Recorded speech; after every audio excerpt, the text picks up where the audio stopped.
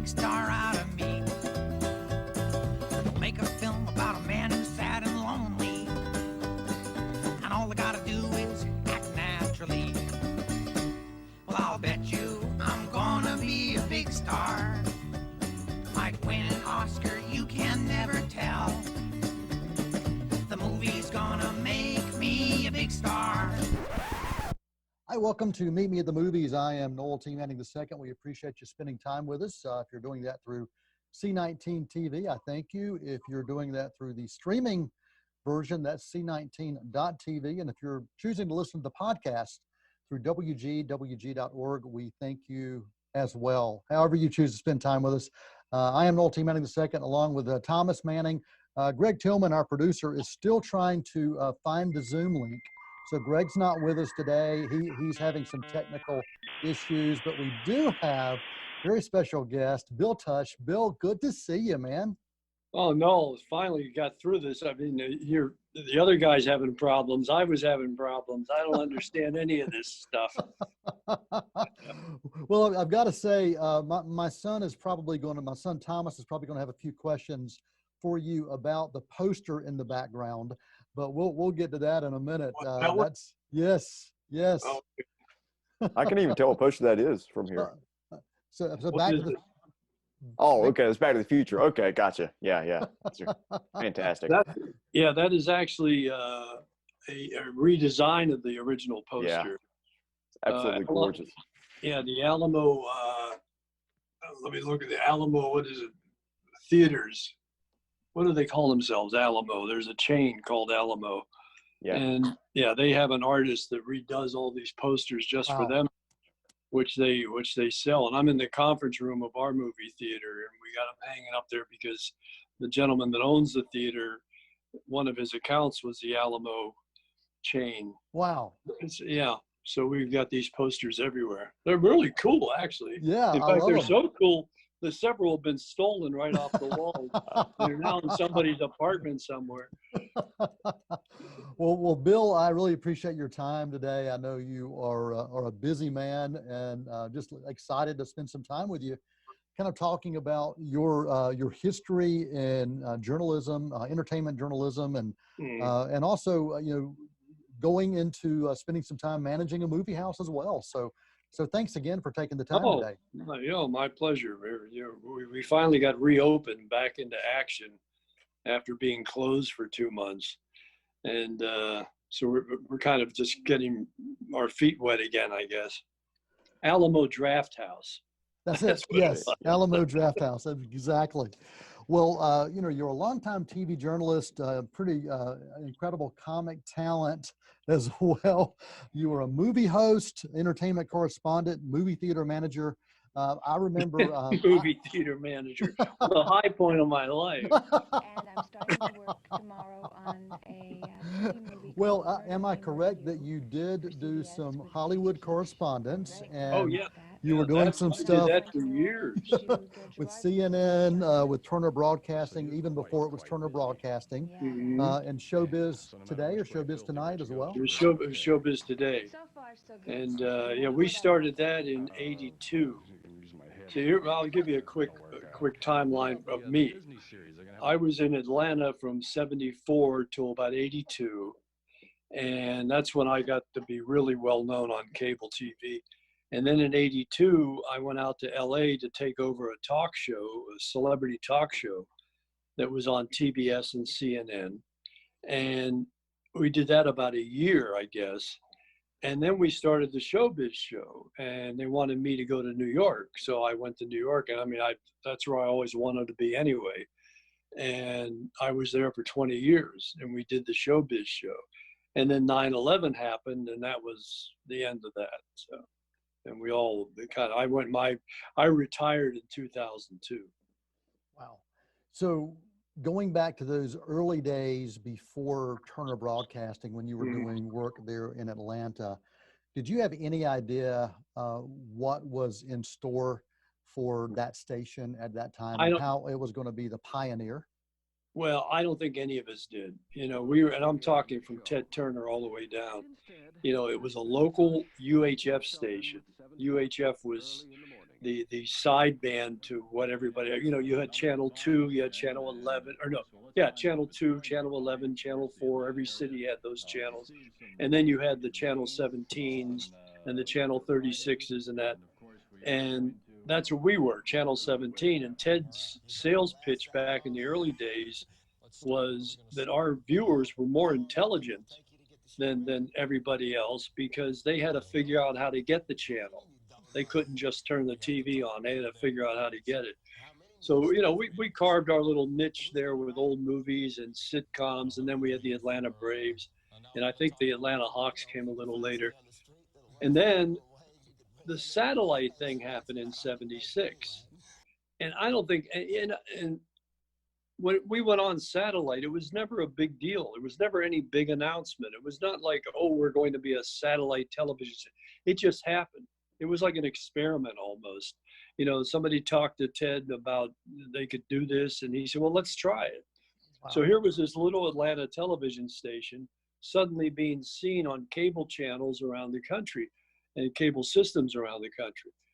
And it just grew from there, And half of the appeal was it was this little crazy television station from Atlanta that didn't care about news either, because I was the news guy, and the news was a comedy show that we did in the middle of the night, because we didn't have a budget for the news, and so we just, what they used to call rip and read the news off the wire machine and sit in front of a camera, and then it started, as I said, it became a comedy, and it caught on, and then we decided to really push the satellite thing.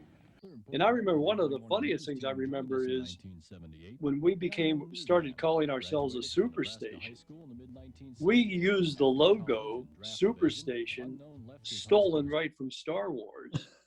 I mean, the font, right, the star field in the background, everything was the direct steal of Star Wars. And nobody said a thing. I mean, nowadays you'd be sued, forget it, overnight. You'd have shut that off, But we just did it, and nobody cared. I don't know how we ever got away with that. But that's how then we became the Superstation. And then CNN in 1980. Right. Well, I know Thomas has a question that he's dying to ask you, I think, relating something to the comedy aspect, or maybe something else. So Thomas, go ahead and dive in. I can see you're ready, man. Oh, yeah. Well, looking back to your late night comedy show, early morning, what was it, 3 a.m. you would broadcast that?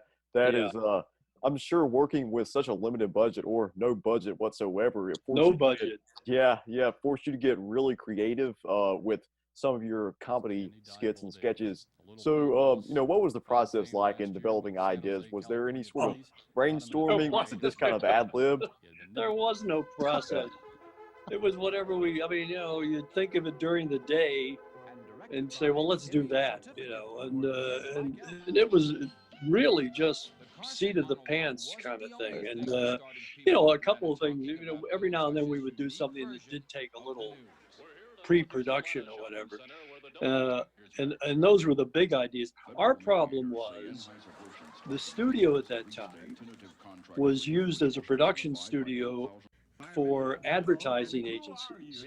So often they would be doing commercials in the studio, and I would have to say, look, I got to record the newscast, and they would shove me in the corner, and I would sit there and just do the news. And then, and I'll tell you one thing, I remember we occasionally would do commercials for somebody, whatever, but they would build a living room set, a nice living room. And I would say to the advertising people, I'd say, do you mind if we use your set for our newscast? I said, we can break it down during the news. So I would come on and I'd be sitting in this beautiful looking living room and start the news and start saying, by the way, you might have noticed our new set here. We have finally spent some money and we built ourselves this beautiful set, and we hope you enjoy it. And now the news, and I would start reading the news. But all the while I was reading it, they're coming in taking stuff away. Yeah. And by the end of the newscast, I was standing in a dark studio and everything was gone. Yeah. But I mean, that's what we used to do. We would play with whatever happened to be there at the moment. And, if I sat down and thought about how many things just happened just by accident or by luck or whatever, you know. A lot of, I mean, the whole thing was luck. I mean, it just, you know, like I said, we never expected to be on a satellite or anything like that. And then all of a sudden, you know, we have a national audience for this crazy newscast. And the sales department was really embarrassed by it. They had two shows that they didn't want anybody to know we did, but how would they hide them? One was my newscast and the other was wrestling. You know, and those were the two most popular shows on the air. So they would always, you know, oh no, we don't do wrestling. They used to call wrestling professional sports. If any of the printed material about the television station, it would say 5 p.m. Saturday, professional sports. That's awesome. So is it true that you had no on-air experience on TV before you started doing this? No, I was working as I was a disc jockey on a radio station. And I literally walked into the TV station one morning with a tape in my hand, a little demo tape, and they led me from one person to another. And the guy in charge of hiring people like myself said, "Our announcer quit yesterday. We need somebody." And that's how I got the job. Wow. That's how I got the job. And, you know, and then one day, and the news used to be read on an audio tape, and there'd be a slide for 15, 20 minutes at 3 o'clock in the morning that said news. And one morning Ted came in, he said, "Man," he said, "don't we have anybody who can sit in front of a camera and read the news?" You know, and they says, "Bill, you want to sit in front of the camera and read the news?"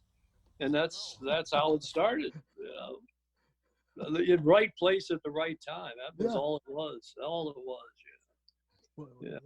That's how life is, I think, for so many of us, is being in the right place at the right time and saying yes when the opportunity presents itself. Oh, absolutely. Absolutely. I mean, that's a whole other show. Yeah. Well, you are watching Meet Me at the Movies. I am Noel T. Manning II. Thomas Manning with us, as always. Bill Tush, our guest today. Bill, we appreciate you taking time. We're going to take a quick break, a little intermission here. We're going to come back and spend some more time talking to you about your life in the world. And we're going to dive into the world of entertainment and how that unfolded for you right after this quick intermission on Meet Me at the Movies. Thanks for joining us. They're gonna put me in the movies. They're gonna make a big star out of me. Hello students, my name is Jason Hurst and I have the honor and privilege of serving as president of Cleveland Community College. As you all know, this has certainly been an interesting semester related to the pandemic. I want you to know how incredibly proud I am of each one of you for enduring and being persistent to get through your classes. I know this has been a trying time. Many of you have been caregivers. You've had to keep your children. You've had to work from home. You've had to teach school. And you've had to endure and overcome a lot of obstacles to be able to complete your classes.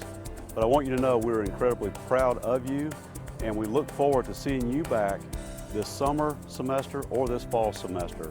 Congratulations on your accomplishments.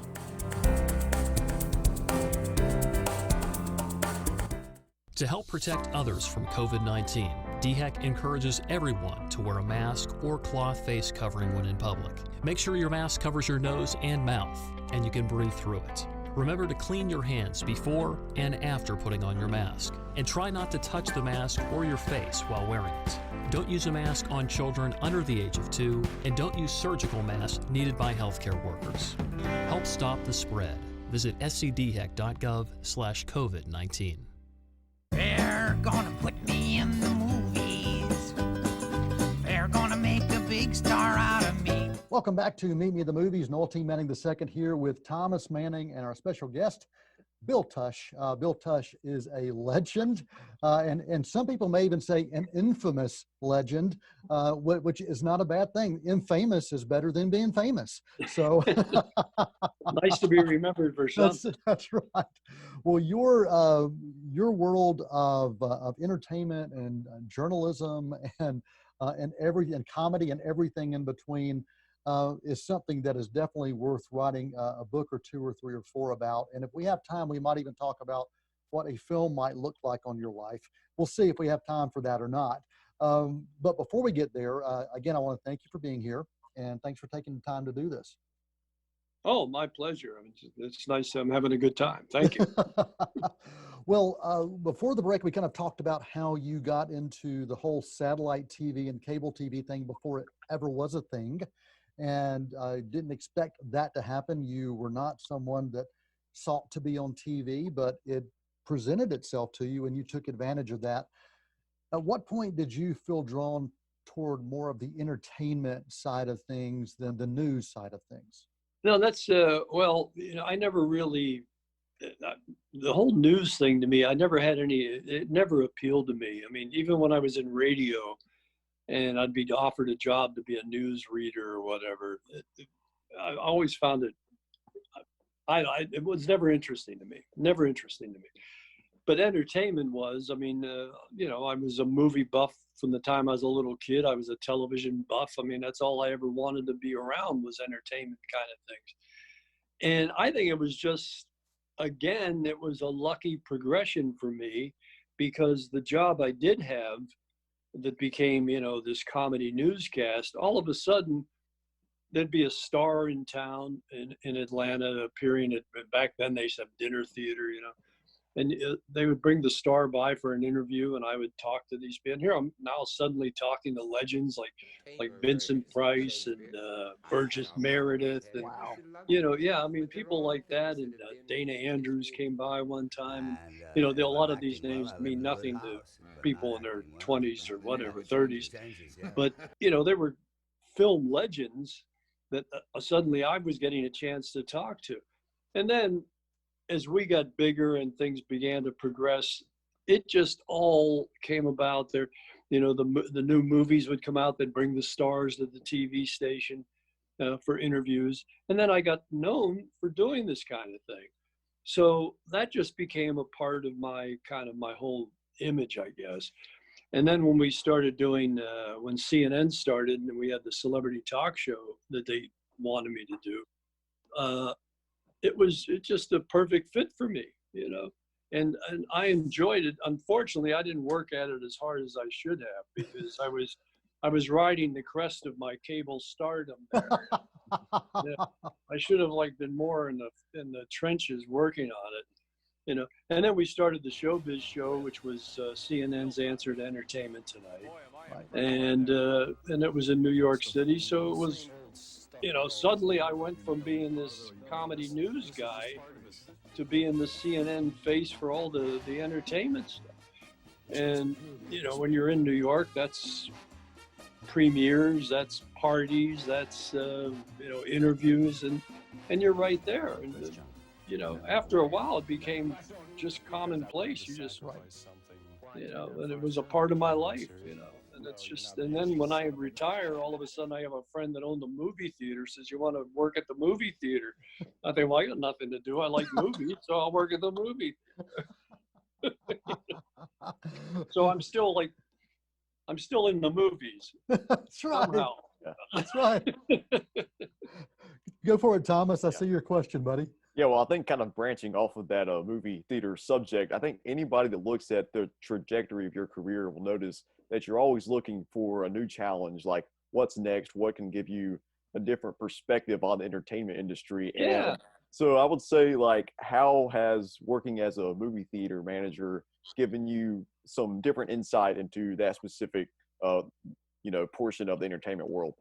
Well, I'm totally on a different end of it now. I mean, Right. It's more of just a business, and there's really no connection, or the only thing I could think of, Thomas, is a lot of people that come into the theater, if they're a certain age group, recognize me, so they come in and still talk about showbiz and talk about movies and so I still have that, but it's no longer to a mass audience, it's just to certain groups of people or whoever, comes in and asks me a question. And I have fun doing it too. But no, it's certainly not like the old days of, to where you'd go to so many parties in a week.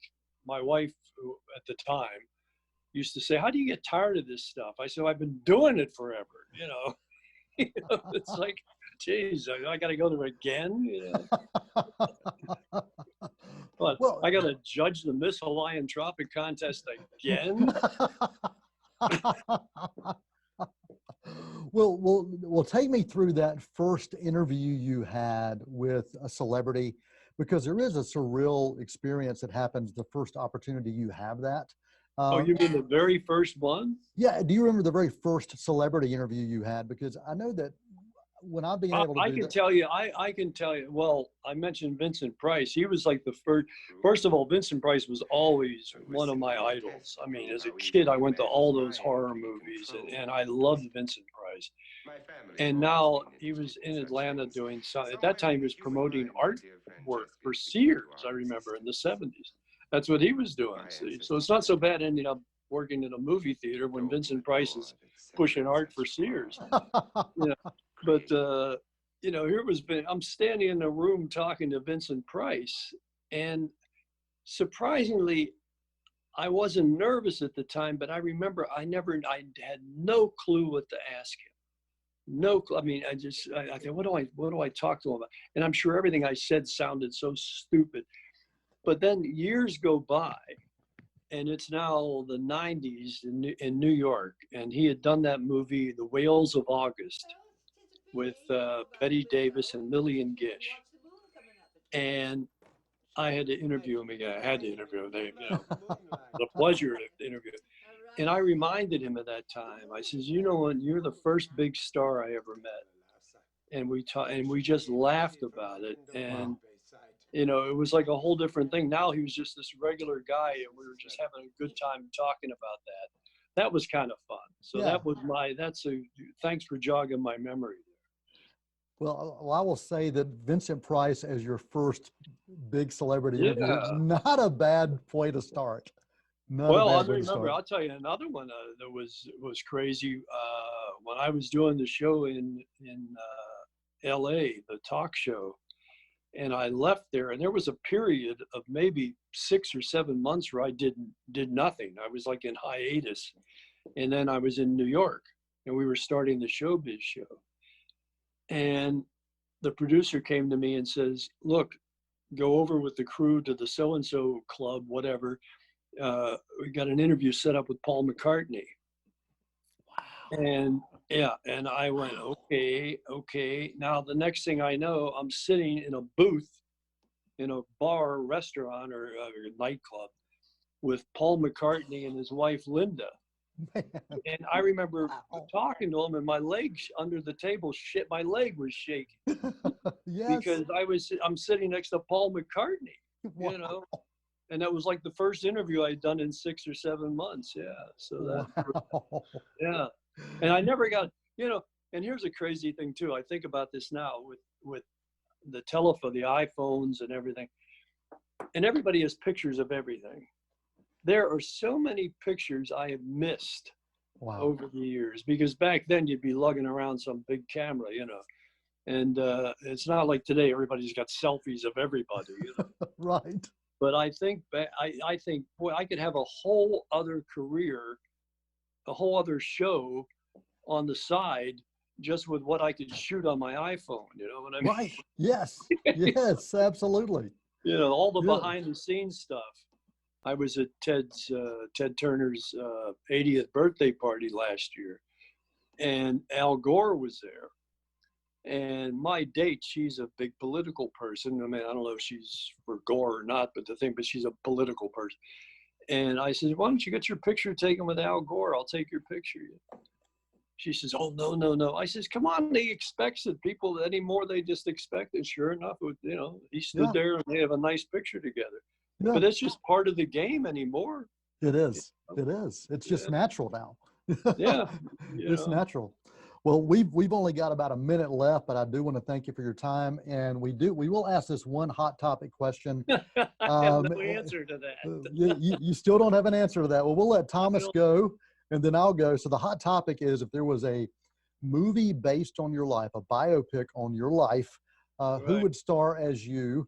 And you can choose either the kid version, the adult version, or the teenage version. Thomas, I'm gonna let you go first. Oh, man. I don't have to pick all three. No, you don't have to. You don't have to. Oh, okay. Yeah. All So right. we'll let Thomas go first. All right. So for an adult version of me, I'm going to go with Domhnall Gleeson. Of course, famous British actor who's developed a pretty big name for himself over the years. And of course, the red hair doesn't hurt. I think I always draw a connection to somebody like that. And I think he could portray a lot of the nuances of my life. And I'd love to see that for sure. Awesome. Well, I'll give you all three of mine real quick. And if you can do it any time through history, that would be great. So for me, I would take Ron Howard. You know what? I was going to say Ron. Well, I will take Ron Howard as a kid for the kid version of me, and Eric Stoltz as the teenage version of me, and as the adult version of me, I would take a senior adult version of me. I'd take Robert Redford. So those are my choices. Sure. Oh, absolutely. Absolutely. I wanted a Robert Redford for me.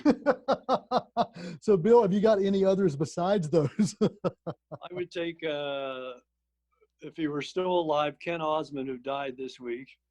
He would have been me as a kid. Yeah. Eddie Haskell. Yes. That would have been good.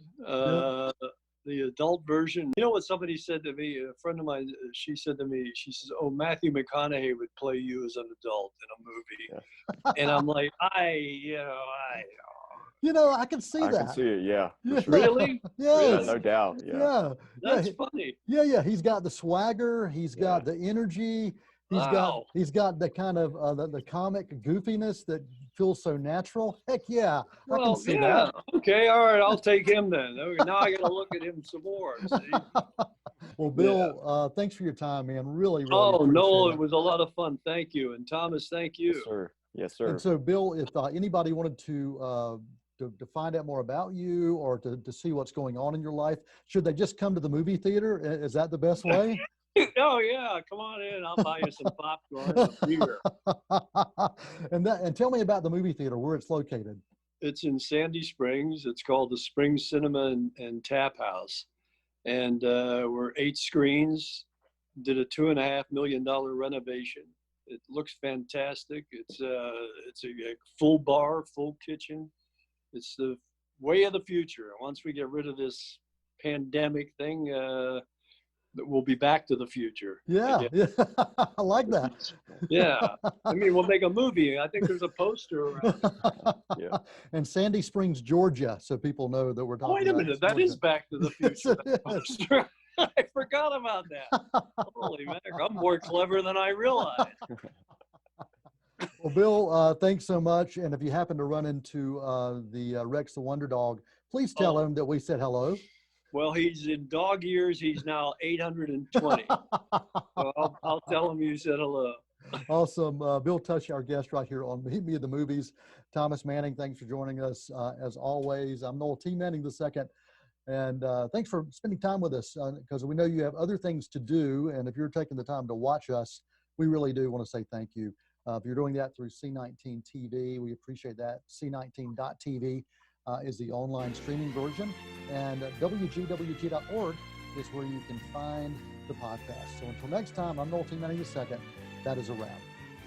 Happy trails to you till we meet again.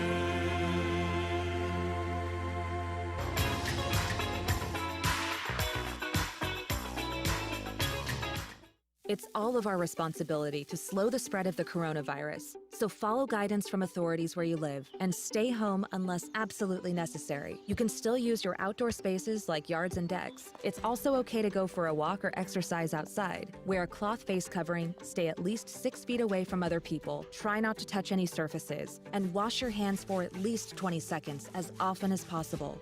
Visit coronavirus.gov for the latest information.